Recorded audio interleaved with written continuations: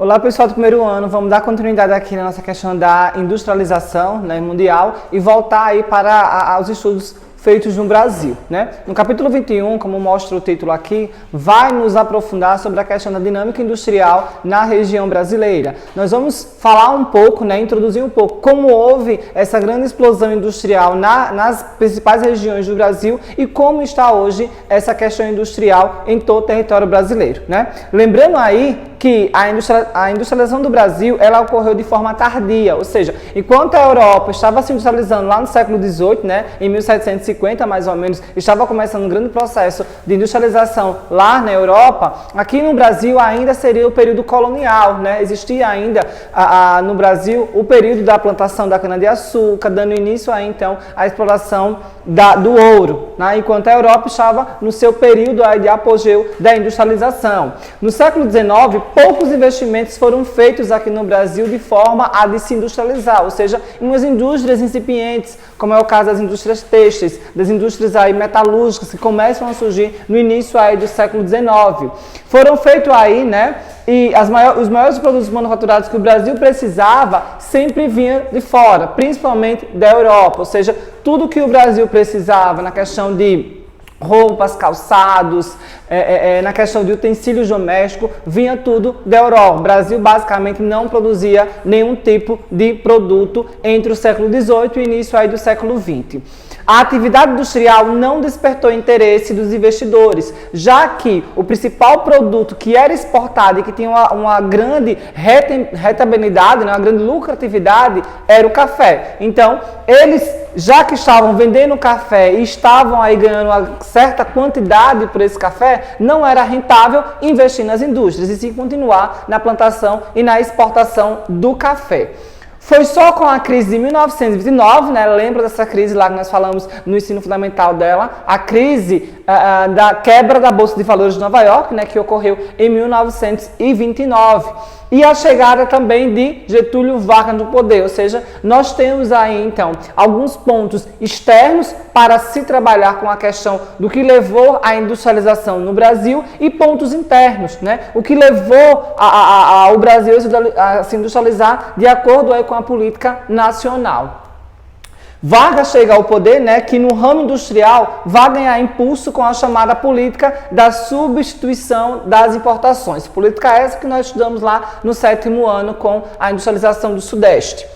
E investimentos aí também na indústria de base, ou seja, nas indústrias pesadas, surgimento então também das chamadas estatais, como é o caso da Petrobras, né, e da Companhia Nacional Siderúrgica. Com isso, também podemos destacar as economias de aglomeração, né, como nós estudamos aí nos capítulos anteriores. Vem aí uma grande indústria para uma região, né, e as subindústrias, as indústrias menores, utilizam-se então da infraestrutura para se acomodar naquela região, fazendo uma aglomeração industrial, na chamada aglomeração, né, econômica ou a aglomeração industrial. O Sudeste, como nós vimos, ele vai ser o ponto principal das indústrias e da industrialização do Brasil. A partir de então começa essa migração para outras regiões, como é o caso do Sul, da região Nordeste, do Norte e atualmente da região Centro-Oeste. Então, nós temos a imagem no livro de vocês, na primeira página, mostrando que o café foi um dos principais responsáveis aí para a grande exportação, né, e lucro que o Brasil teve entre o século XIX e início aí do século XX. Lembrando que os principais compradores do café brasileiro foram os Estados Unidos, né, e também a Europa. E com essa grande crise que afetou os Estados Unidos devido à reconstrução da Europa, houve então uma grande perda de lucratividade do Brasil de acordo com a não compra mais do café brasileiro. O que é que vai acontecer, né? Espacialidade original da industrialização brasileira, né?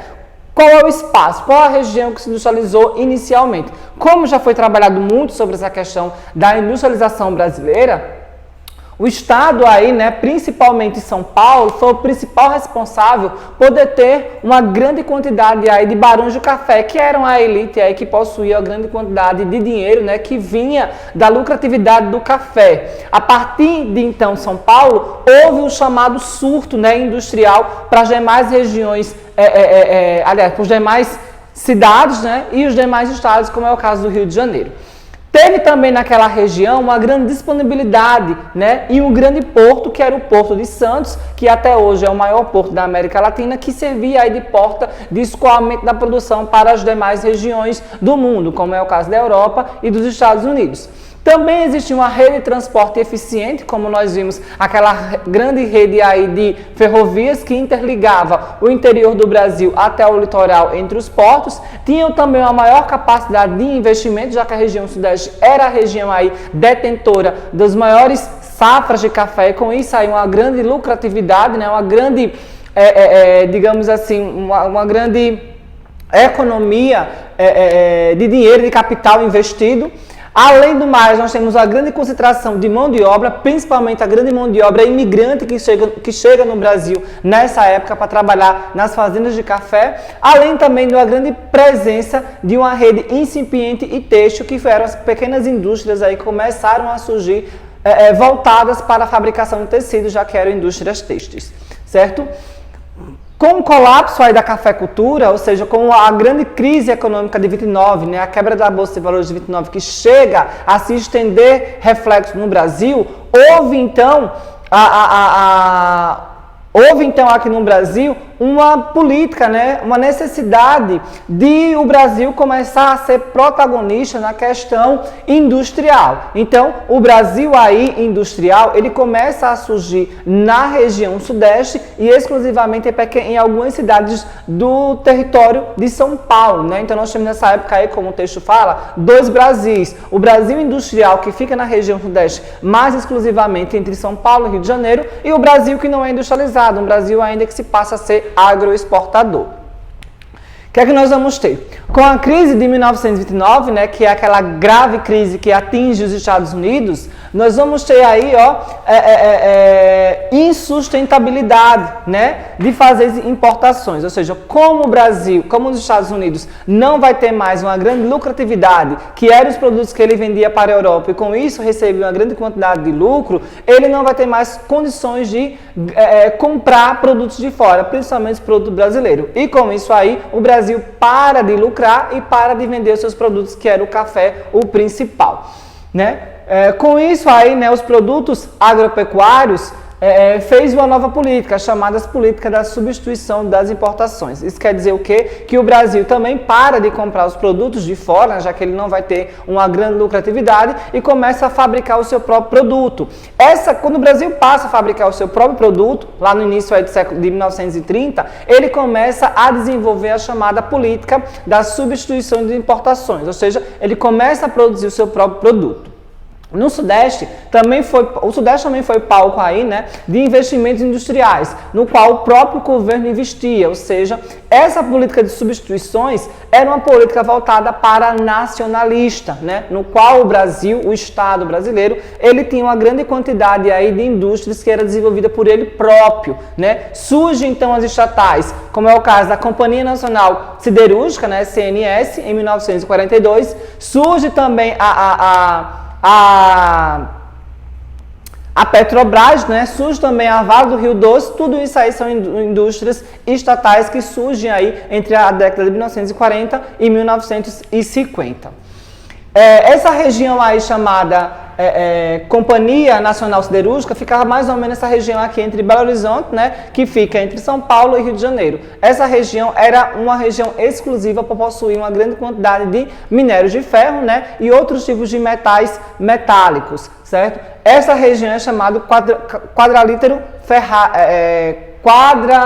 quadrilátero ferrífero, que era uma região aí que possuía uma grande quantidade de metais, metais esses, né, que são metálicos, servia para indústrias siderúrgicas, metalúrgicas e outras semelhantes.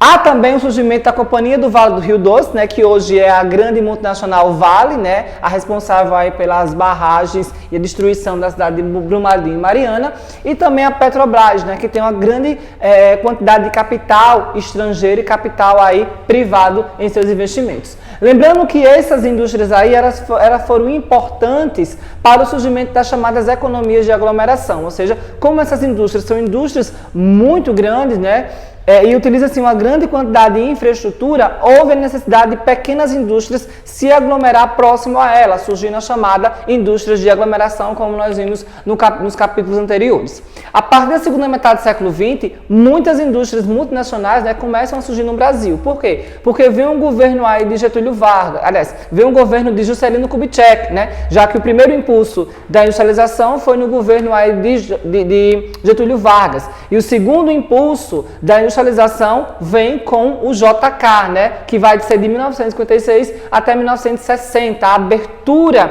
do Brasil para a entrada aí das multinacionais, que através do seu plano de metas, né, que foi aquele plano no qual Juscelino Kubitschek tinha como principal objetivo desenvolver o Brasil 5 em 50 anos, foi nesse plano aí também que houve a construção de Brasília, né, entre outros objetivos. O principal modal de transporte foi o rodoviário desenvolvido aqui no Brasil, né, para escoar a grande frota de veículos que foram desenvolvidos nas indústrias automobilísticas, porém não era o mais adequado. Por quê? Quando houve essa abertura das multinacionais aqui no Brasil, as principais multinacionais foram as montadoras, né? Foram a General Motors, a Volkswagen, a Mercedes, todas elas vieram aqui para o Brasil e todas elas tinham viés aí de ser indústrias automobilísticas. E para ter o grande fluxo de carros movimentando as regiões do Brasil, houve também a necessidade de investir no modal rodoviário. Porém, o modal rodoviário não era, digamos que, o essencial para o Brasil. Como o Brasil tem uma grande extensão territorial, era melhor ser investido nas ferrovias e nas hidrovias, que são bem mais baratas, né? E bem mais, bem mais fácil de ter o fluxo, do que nas rodovias, que são locais aí bastante estreitos e bastante congestionados, né? Então não foi mais adequado esse investimento nas rodovias. A industrialização se consolidou na região sudeste e com isso veio a migração nordestina principalmente para essa região, né, para ajudar nessa grande construção e desenvolvimento. Principalmente aí na região de São Paulo e Rio de Janeiro, onde houve uma grande quantidade de pessoas migrando para essas regiões. E fazendo o Sudeste aí a região mais rica, mais desenvolvida e mais aglomerada. E havendo aí grandes também desigualdades regionais, né? Já que a região do Brasil, Sudeste, era mais rica, mais desenvolvida, logicamente era a região aí que concentrava a maior renda, diferente aí das demais regiões, como a região Nordeste, Norte e Centro-Oeste.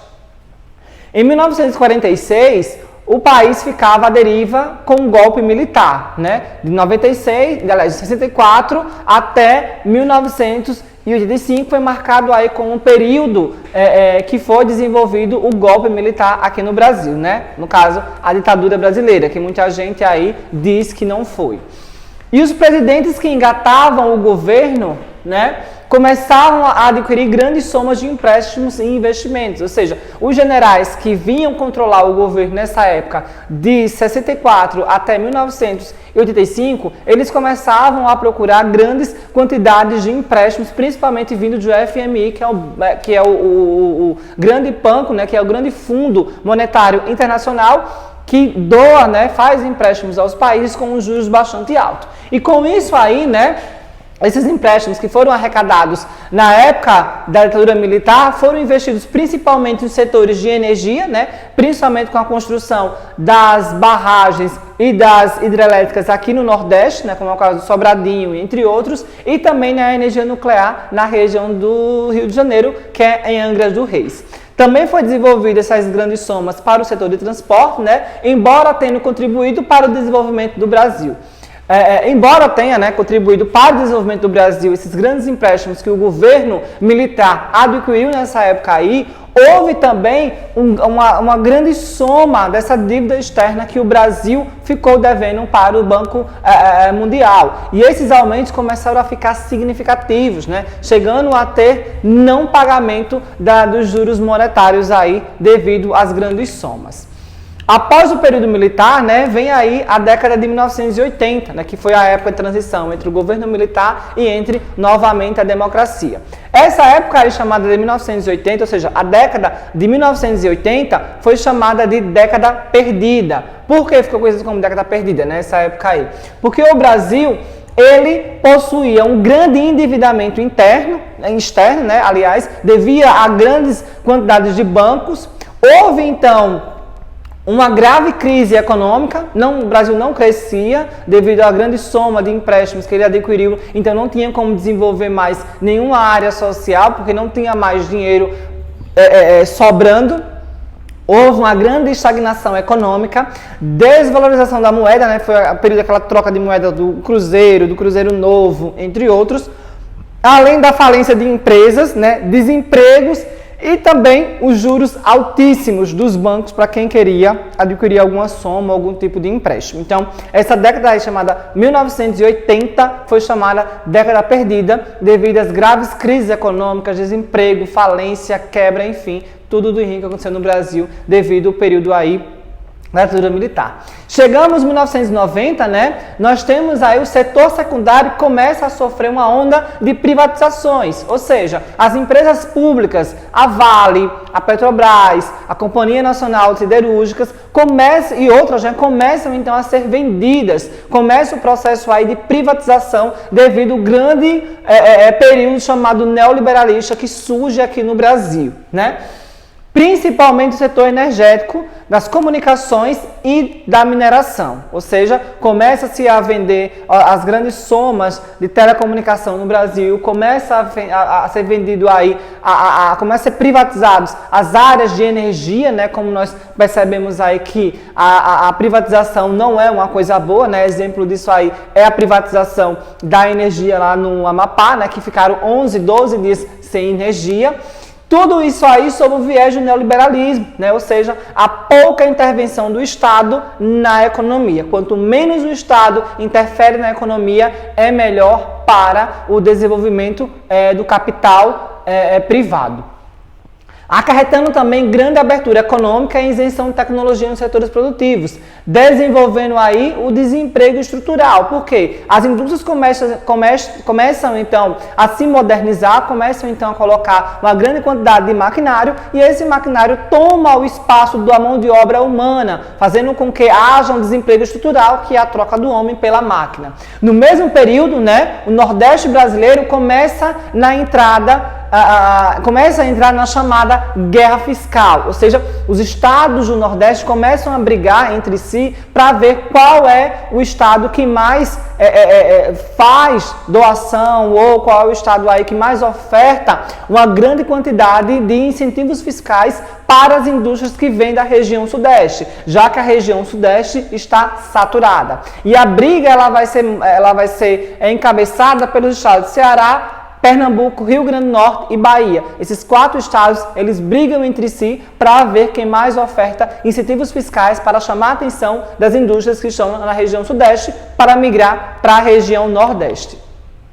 Algumas regiões Sudeste merecem destaque, né? Então nós temos aqui na região Sudeste, nós podemos perceber que o chamado ABCD, né? Ou seja, Santo André, São Bernardo do Campo e São Caetano, além de Diadema, eles possuem um grande poderio de indústrias automobilísticas, né? As montadoras automobilísticas naquela região.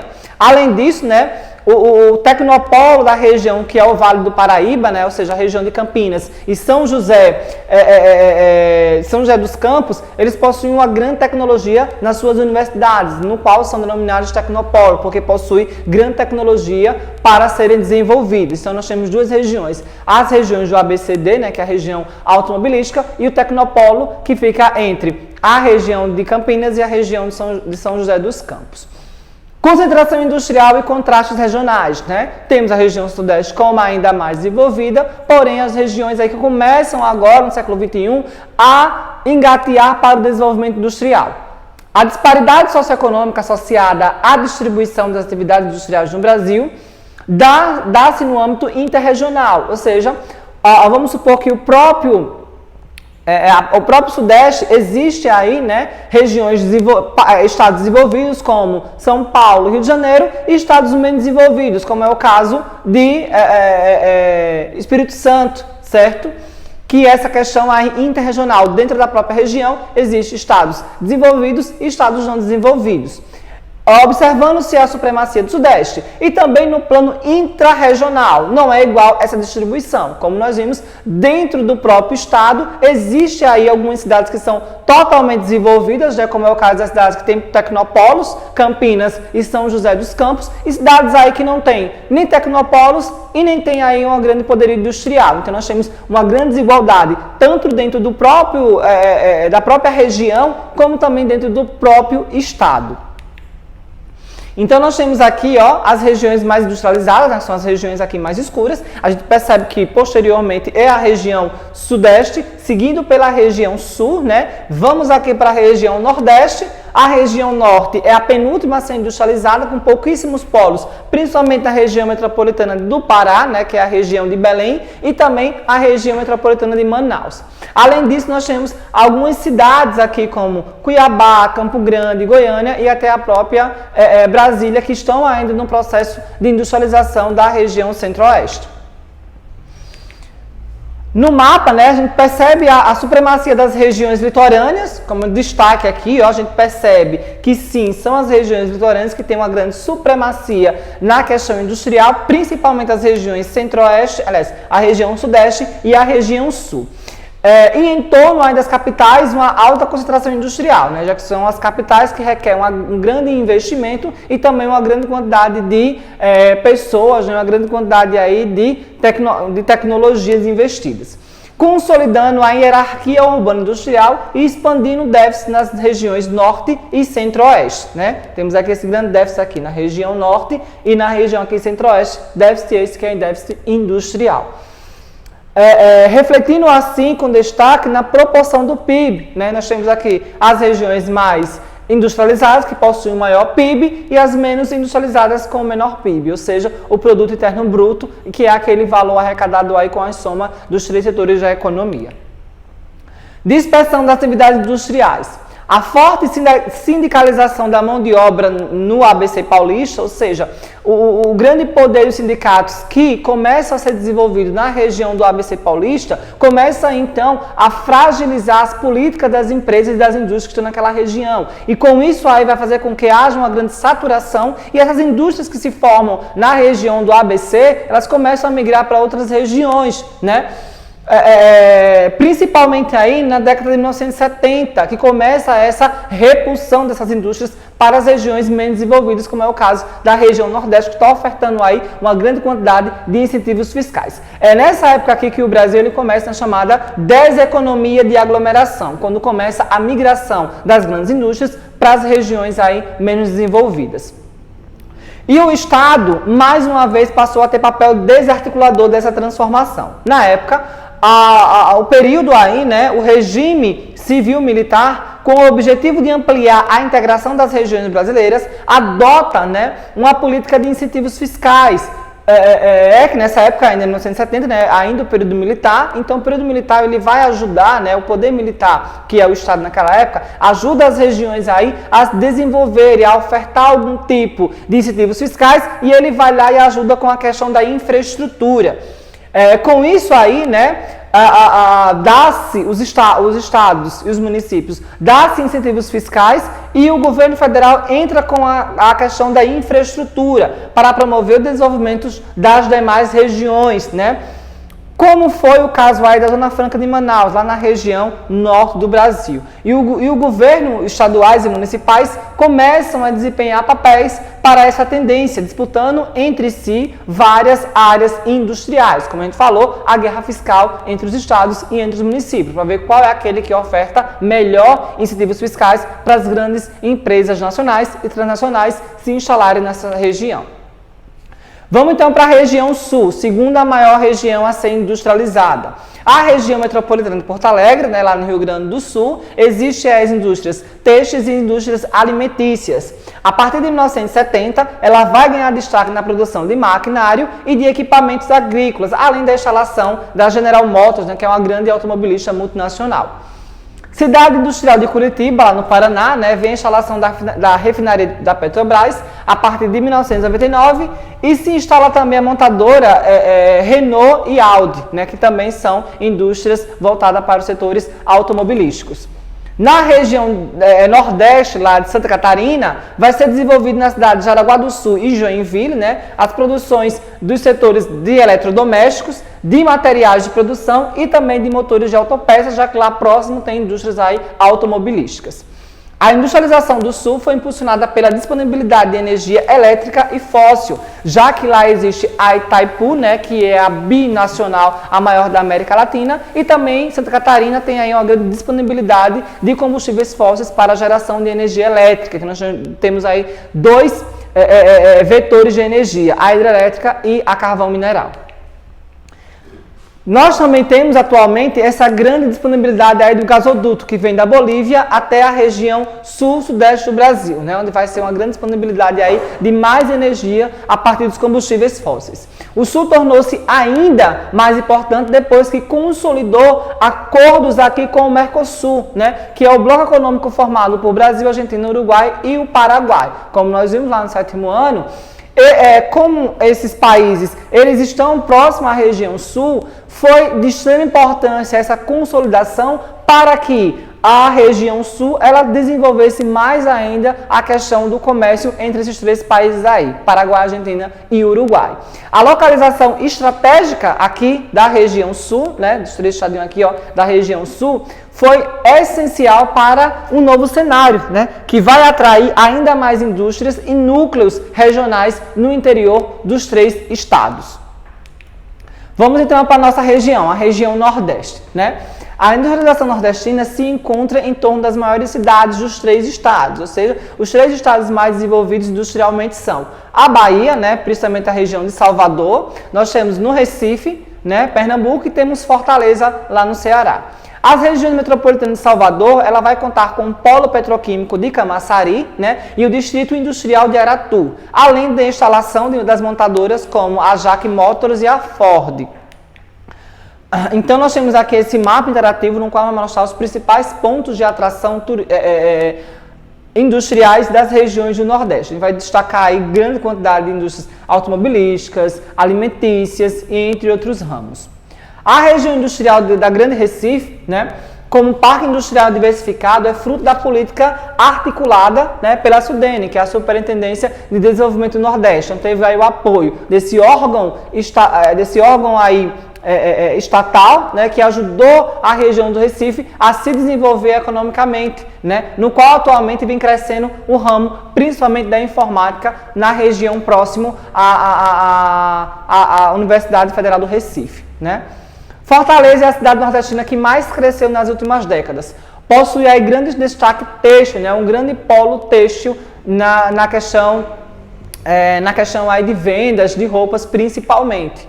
Assim como o Sul, a energia teve papel importante para a industrialização nordestina, né? Com destaque para o conjunto das hidrelétricas que foram desenvolvidas no período lá militar, né? Se não tivesse essa grande quantidade de hidrelétricas que foram desenvolvidas no período militar, ainda a região nordestina estava nesse atraso econômico devido à falta de energia. Né? Que, lembrando que as hidrelétricas que foram desenvolvidas foram graças à questão do Rio São Francisco, né? Com destaque para Sobradinho, Paulo Afonso e Itaparica, todas na região do Nordeste. Entre a região centro-oeste e a região norte, nós temos aí esses grandes vazios demográficos e temos aí também essa grande dificuldade de desenvolver essas indústrias. O primeiro grande impulso da industrialização norte, como foi falado aí, foi a instalação da Zona Franca de Manaus, né, que foi aquele grande polo de desenvolvimento econômico na região lá da cidade de Manaus. no qual teve aí uma grande isenção de impostos das indústrias que foram morar lá e teve aí grande desenvolvimento da infraestrutura vinda do governo federal. Subsídios estatais, né, e também isenção de impostos locais, no caso da prefeitura. Contribuíram assim para a instalação de um grande parque industrial voltado principalmente para a produção de eletrodomésticos, motocicletas, né, e também de grandes bens diversos de transporte, como montadoras e entre outros. A escolha da capital amazonense segue critérios geopolíticos adotados durante o governo do período militar, né, que era o quê? Defender o território e ter uma maior integração com as demais regiões. Esse era o principal objetivo, defender o território, né, e fazer essa integração entre as 5 regiões. No entanto, tal iniciativa ainda permanece com algo pontual, já que a chamada Amazônia Legal, que é a área da Amazônia que serve para fazer a exploração e o desenvolvimento sustentável, ainda está submetida a uma perspectiva de desenvolvimento que visa favorecer a exploração do agronegócio e não das indústrias, e da exploração dos recursos minerais e vegetais, ou seja, a chamada Amazônia Legal, né, como ainda hoje está sendo aí voltada para fazer a questão do agronegócio, exploração dos recursos minerais e entre outros. Já a região centro-oeste, a última região a ser desenvolvida no Brasil, ela vai ser voltada atualmente para a produção agropecuária, né, principalmente. A produção industrial ainda é incipiente e pontual, se localizando apenas nas capitais como Campo Grande, Cuiabá, Goiânia e até mesmo Brasília. Nas últimas décadas, cresceu as indústrias de maquinário agrícola e alimentícia, já que a alta produção naquela região foi exclusivamente necessária. Química e de biocombustíveis para ter um controle tanto da questão de pragas, também para o desenvolvimento de novos tipos de energia. Os maiores polos industriais se encontram nas capitais, como eu falei, né, e também no Distrito Federal. E aqui nós vamos perceber a diferença regional de 2000 a 2010. A região sudeste, ela perde uma grande capacidade de indústrias, né?